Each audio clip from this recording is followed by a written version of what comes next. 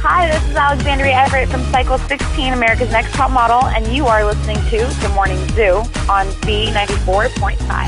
Home of Happy Valley's #1 morning show. Number one! Zoo. They crack me up. I listen every morning. All right, Kelly, you want the good news? Yeah. You won. Oh my God! Wake up with a morning zoo on B94.5. B94.5. It's all hit B94.5, and it's the Friday edition of the Morning Zoo. And right now we're being joined by Alexandria Everett, who was recently eliminated on America's Next Top Model. Hey, Alexandria, how are you? I'm good. How are you? I'm very good as well. So, talk to me about your elimination and your experience with America's Next Top Model. The whole thing was a great experience, and I feel that in certain circumstances, other people don't see other things. And we all were working so hard, and it was, down to the nitty-gritty, and it was the Final Four.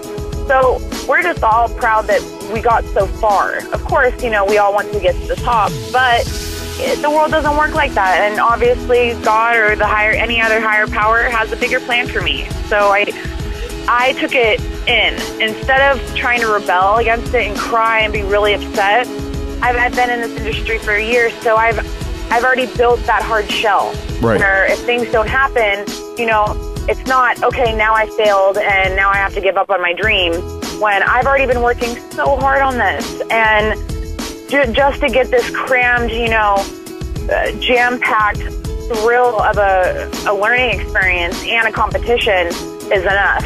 And to really embody and take it all in at the end, and knowing that, you didn't get as far as you wanted to, it's okay. Because sometimes things work in mysterious ways, and you just have to look forward and think positive. All right, so kind of touching on the reality television aspect, what was your experience with being on reality TV? It was very... People don't realize, it is a reality TV show, and, it is a competition, don't get me wrong. But, they get so down into only visualizing what they see on TV, instead of actually stepping back and looking at the bigger picture and maybe connecting a few things, because it's a great and well put together piece of work, and it takes a lot of work from a lot of people. Right. And once it's all put together, it's an amazing outlook on it, because I went through it, and it's still just to see the transformation, because we know what went on and how much we did work and the hours, and it's an amazing process. And that's what I love from this experience, because I got to see something totally different from what I've seen already in the industry. And I got to see the reality aspect of it. And it was awesome, because, I've done extra work and little things here and there already, but to actually be put in a lockdown situation where it was constant 2 months of everyone in your face and in your things, and it's a real eye-opener. It's kind of like being in jail. Oh, wow. But that's a really extreme outlook on it.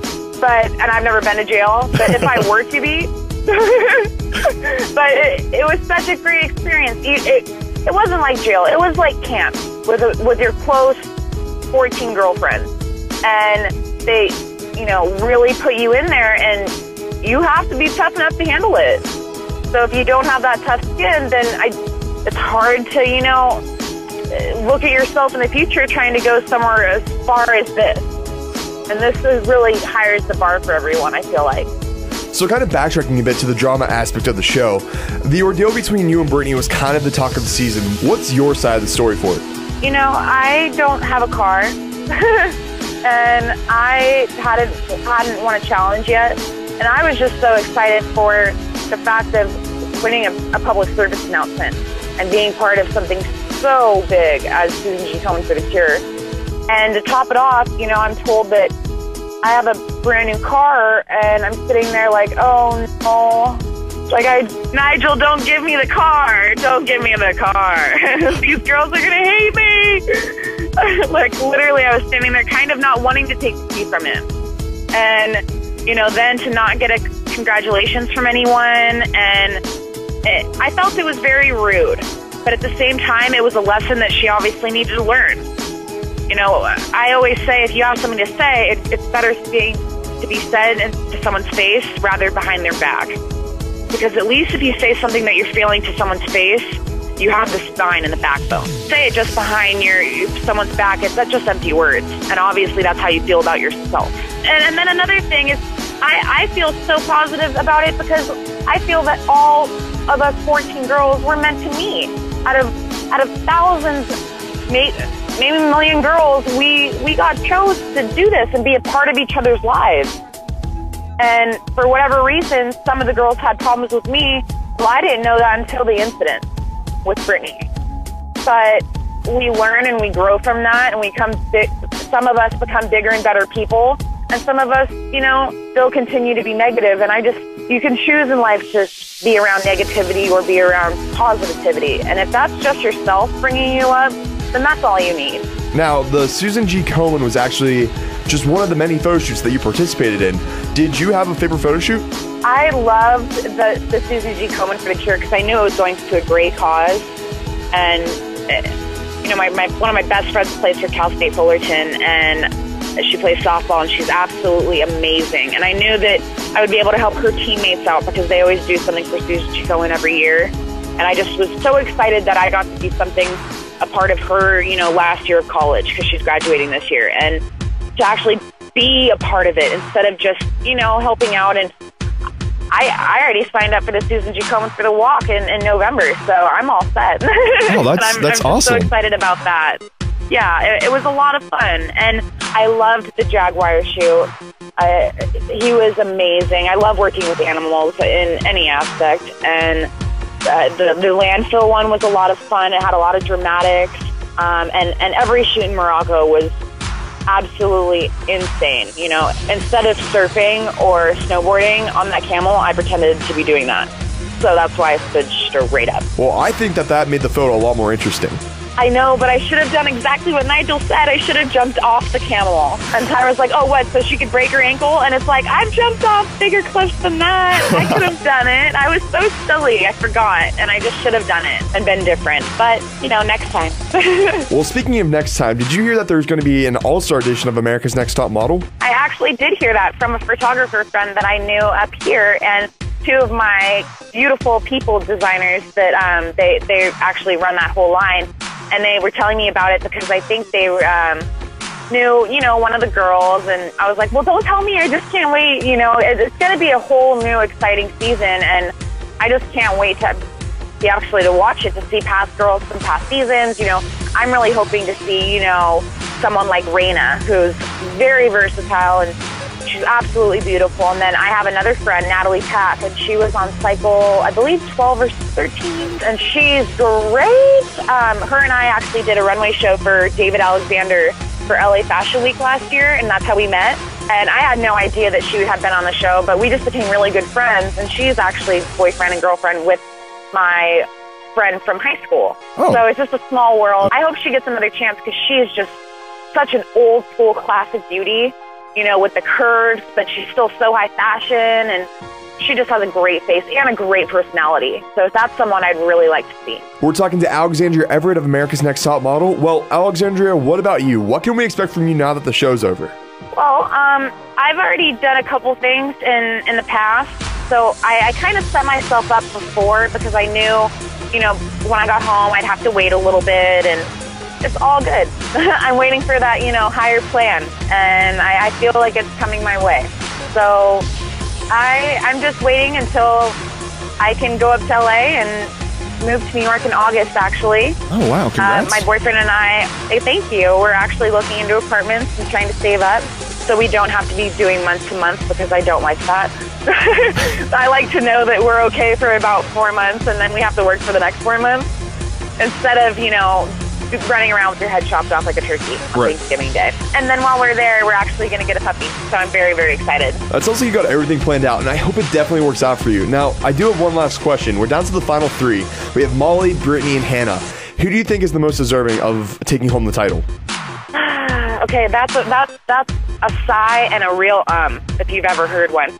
I really have to think about that because I feel like each girl has different qualities and a different outlook and a different group of girls that really could look up to each of them.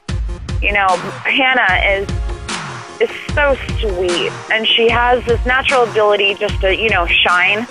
And I think she gets covered up by maybe some of the negativity sometimes because she's just such a inspiration. You know, she's very uplifting and very positive and very in touch with her inner being.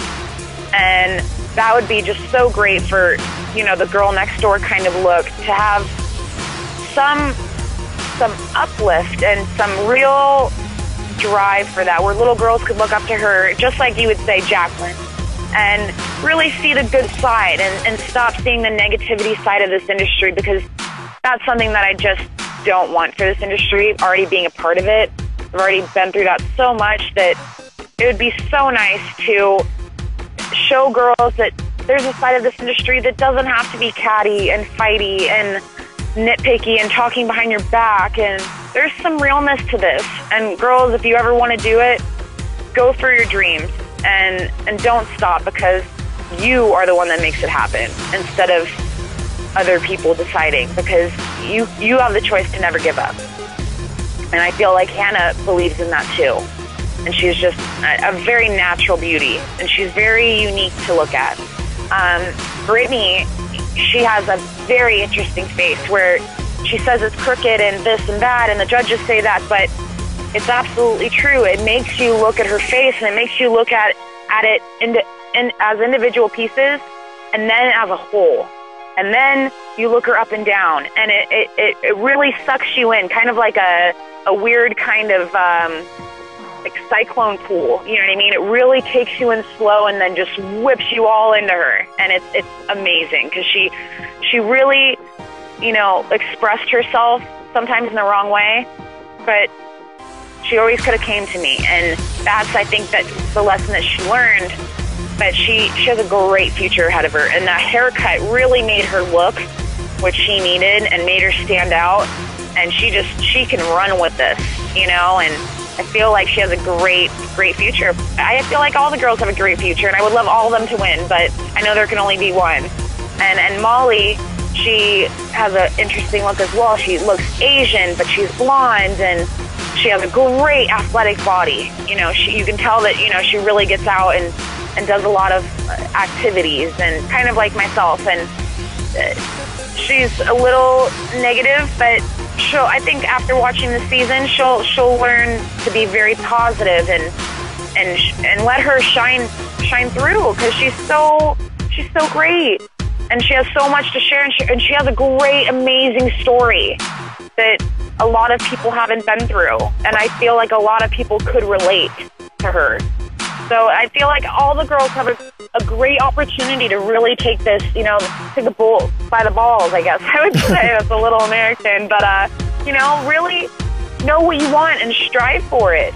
And I feel like these girls really are getting that as the final three. These are three amazing girls. You know, I wish I could be in the top three too to say it, but I would also never say that about myself. I really feel that these girls need to believe and know how amazing this opportunity was, and how lucky we were to all meet each other. And, you know, that's another great thing that we got from this. I got 13 new sisters that will always be a part of my life, which I think we're planning a cruise for next summer. So, oh, wow. Reunion cruise, 2012. 14 models on one cruise ship? I'm totally there. Right, exactly. It'd be a lot of fun. Like, everybody would be like, wow, why are these, like, 14 tall girls? Oh. But it would be a lot of fun. Well, that's everything I had for you. Thank you so much for joining me. No, thank you so much, Chris. I really appreciate it. And I can't wait to hear me on the Morning Zoo on 94.5. You know, well, I'm very, very, very excited. Anything else you want to say to your fans here in Pennsylvania? I wanted to make sure that you watch the finale, because it's going to be amazing.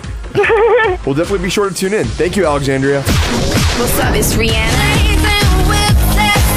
Hey world, it's Katy Perry.